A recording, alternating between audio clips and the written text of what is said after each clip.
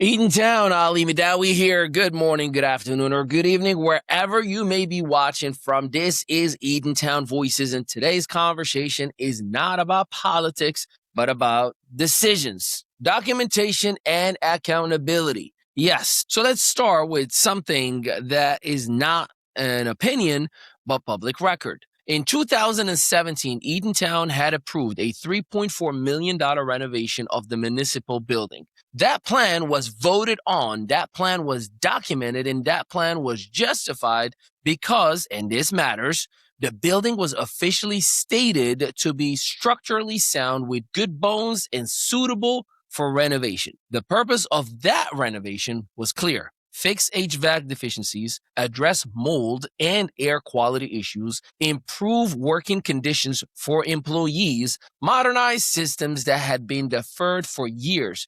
This was not a theory. This was an approved solution. And today's mayor was part of that council that voted on that resolution. So what actually happened? Shortly after that very same approval, a new Democratic majority council took office, and one of the very first major actions taken was to reverse that approved renovation. So let's be very clear about the consequences of that decision.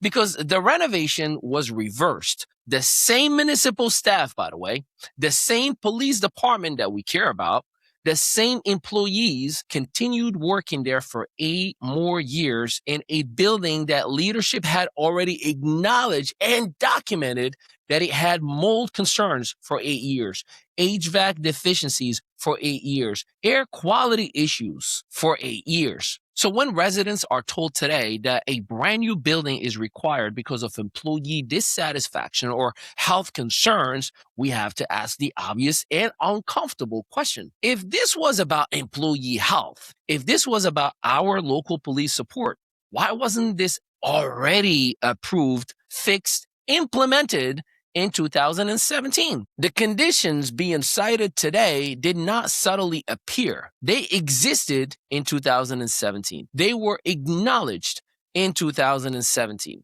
And they were funded to be addressed in 2017. The choice to reverse the renovation is what allowed those conditions to continue for 8 years in a row. That's 8 elections in a row. That's not finger pointing. That's cause and effect. So from $3.4 million decision to a 30 or maybe possibly up to $50 million decision. So fast forward to today, the conversation is no longer about renovation. Now we're talking about demolishing the existing building, constructing a 60,000 square foot facility with projected costs ranging between $30 to $50 million.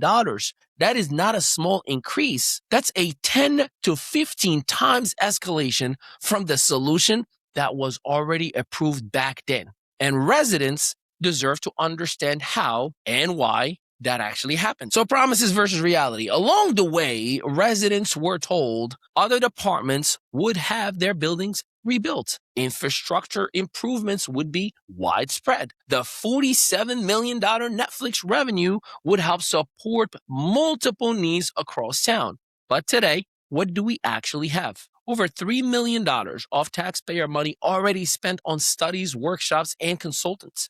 No finalized plan clearly presented to the public, and we reported on this before. No straightforward explanation of which promises are still real and which are no longer feasible.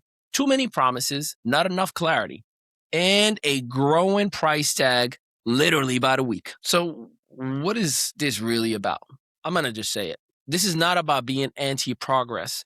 This is not about being anti-employees. And this is definitely not about being anti-police. My sister is an officer and many of my best friends are.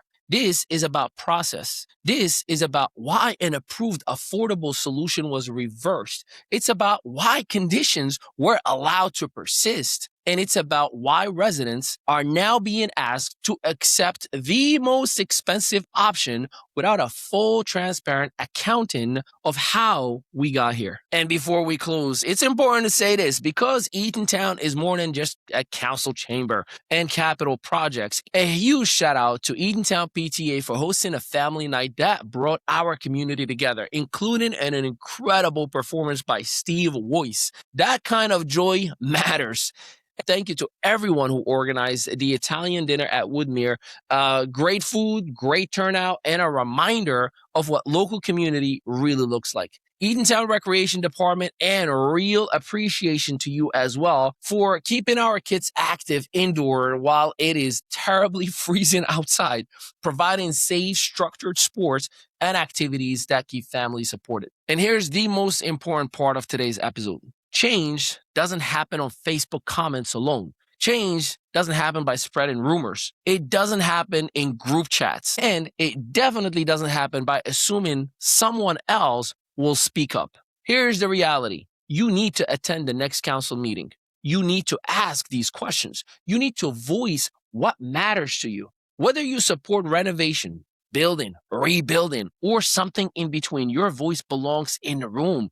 It's important that we make decisions as a community. Transparency only improves when residents show up. Otherwise, we'll have another 8 years of the same exact decision making simply because no one was there to ask the questions. This is Eatontown Voices, and this conversation, it continues with you. We'll see you in the next council meeting. Still marketing your business like it's the Yellow Pages era? Welcome to ME Studios, where local solopreneurs and small business owners catch up with the digital world and take over it. We help you go from invisible to undeniable. Featured on Spotify, iHeartRadio, Audible, Apple Podcasts, and Amazon Music. Plus, gain press exposure in over 100 to 300 major media outlets like Fox, ABC, CBS, NBC, and the CW. Right here in Eatontown, New Jersey, just steps away from the soon-to-be Netflix studios, our multi-unit facility is built for creators, entrepreneurs, and visionaries. Stop marketing like it's 1995. Start building your digital authority today with a team that gets it.